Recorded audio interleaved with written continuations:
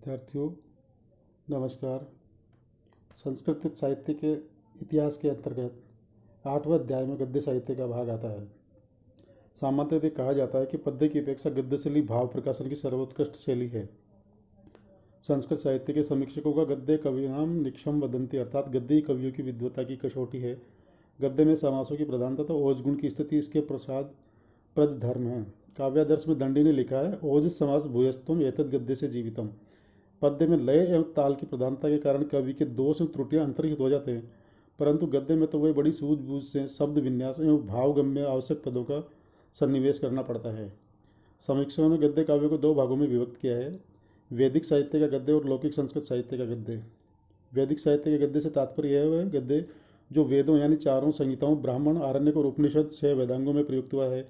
इसी प्रकार लौकिक संस्कृत साहित्य के गद्य के रूप में महाभारत, पुराण, व्याकरण, भाष्य ग्रंथ, अर्थशास्त्र, नीतिशास्त्र, दर्शन, नाटक, नाट्यशास्त्रीय ग्रंथों के साथ साथ शिलालेखों और प्रशस्तियों में भी प्रयुक्त हुआ है। जर्मन विद्वान ओल्डेनबर्ग का कथन है कि ऋग्वेद के संवादात्मक सूत्रों में बीच बीच में गद्य का प्रयोग अवश्य रहा होगा, जो समय के प्रभाव में लुप्त हो गया होगा। यूँ चारों वेदों में से उपलब्ध प्राचीनतम गद्य यजुर्वेद में ही दृष्टिगोचर होता है। वैदिक गद्य प्राय सहज सरल बोलचाल की भाषा का गद्य है। इसमें वह प्रौढ़ी नहीं है जो लौकिक गद्य साहित्य में देखने को मिलती है। वेदों के बाद इसके टीका ग्रंथ ब्राह्मणों में इस गद्य का खुलकर प्रयोग हुआ है। इन ग्रंथों में यज्ञ क्रिया संबंधी व्याख्या प्रस्तुत करने वाला गद्य क्लिष्ट तथा अस्पष्ट है, अतः संहिताओं के गद्य से परिष्कृत व परिमार्जित माना जाता है। तीसरा भाग आरण्य ग्रंथों का था। आरण्यकों की भाषा लौकिक गद्य के अत्यंत निकट है। सभी आरण्य गद्य में ही विरचित हैं। इनमें आध्यात्मिक एवं वैदिक कर्मकांड के आधिदैविक रूप की व्याख्याएं मिलती है। चौथा भाग उपनिषदों के गद्य का आता है।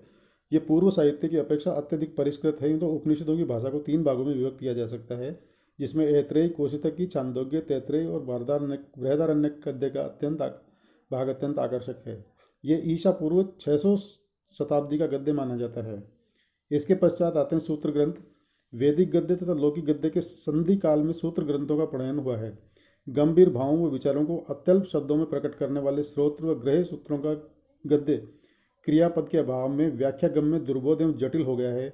इस शैली में ही वेदांगों का प्रणयन किया गया है। इसके पश्चात आता है लौकिक संस्कृत गद्य। लौकिक संस्कृत गद्य के 3 रूप प्राप्त होते हैं, पौराणिक, शास्त्रीय और साहित्यिक। इसमें क्रम से गद्य का विकसित रूप दृष्टिगोचर होता है।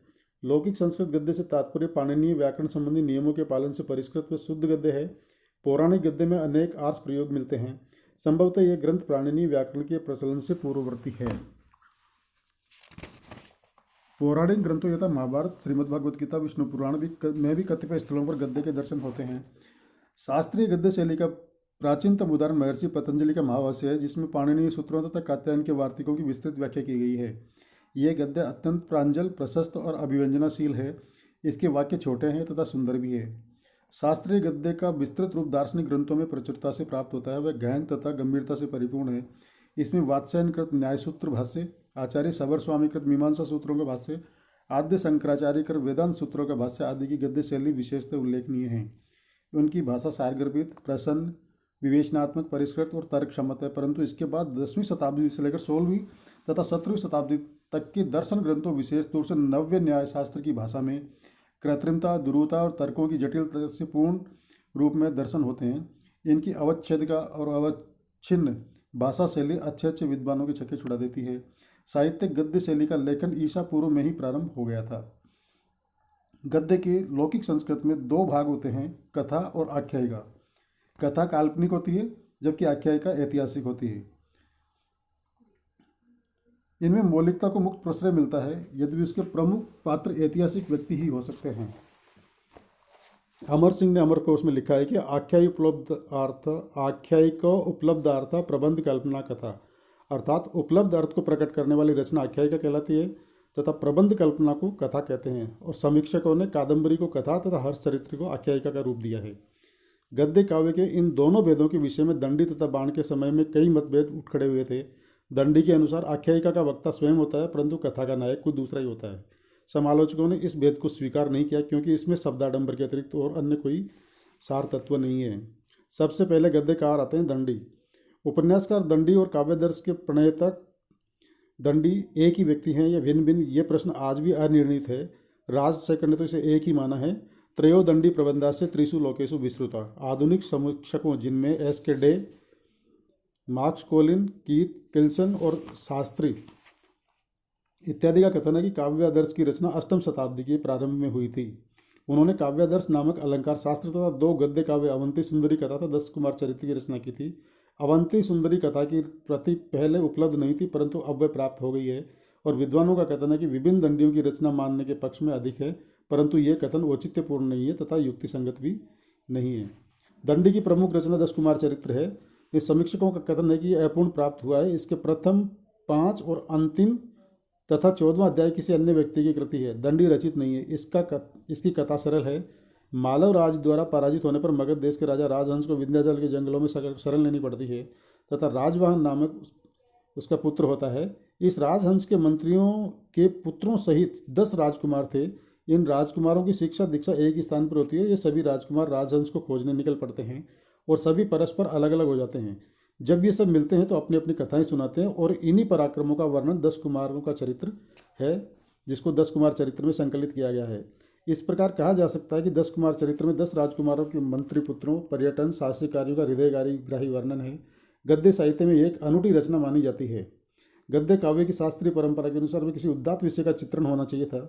उसका शालीन, धीर, लोकोत्तर गुण संपन्न कोई नायक होना चाहिए था, परंतु इसके अभाव में स्वार्थ की सिद्धि के लिए सभी प्रकार के संसाधनों का प्रयोग करते हुए राजकुमार दिखाई देते हैं।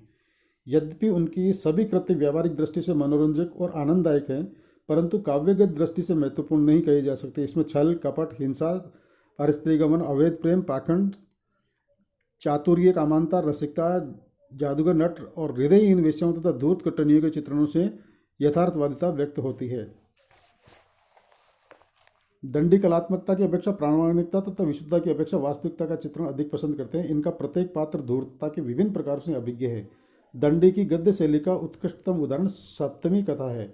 इसमें मंत्रगुप्त अपनी कथा में कहता है कि इसके वक्ता ओष्ठीय ध्वनियों का प्रयोग नहीं करता है। गद्य कलात्मक और शक्तिशाली होते हुए भी कृत्रिम नहीं है। उनका गद्य प्रासादिक नृत्य के व्यवहार के योग्य, चुस्त, प्रभावपूर्ण है। वह न श्लेष के बोझ से बोझिल है, न समासों के प्रहार से प्रताड़ित है और न ही अलंकारों के बाहुल्य से आक्रांत है। सहज, भावाभिव्यक्त, अर्थ की स्पष्टता उनके गद्य की आत्मा है। उनका पद लालित्य दर्शनीय है। शब्द योजना में रस छलकता है। हास्य, वाक्पटुता और सूझ की चटकीली और उर्वरकता स्थल स्थल पर दृष्टिगोचर होती है। उन्होंने अपने कथानकों को इस प्रकार क्रमबद्ध रूप में उपस्थित किया है कि वे स्वतः ही खिल उठते हैं। अंत में ये कहा जा सकता है कि सुललित एवं सुंदर गद्य लिखने में दंडी निष्णात थे। धन्यवाद।